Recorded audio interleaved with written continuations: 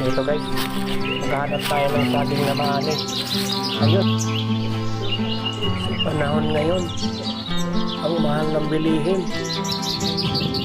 Kaya ito, may saging kami nakita. Ano yun na ito?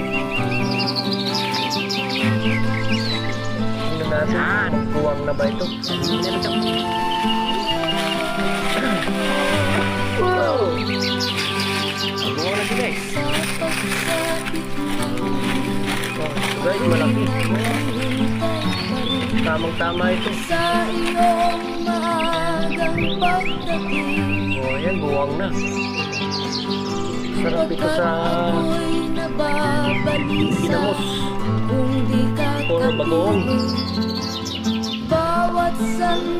Kalibre na sa kanin guys. Thank you for watching. Nakatubag sa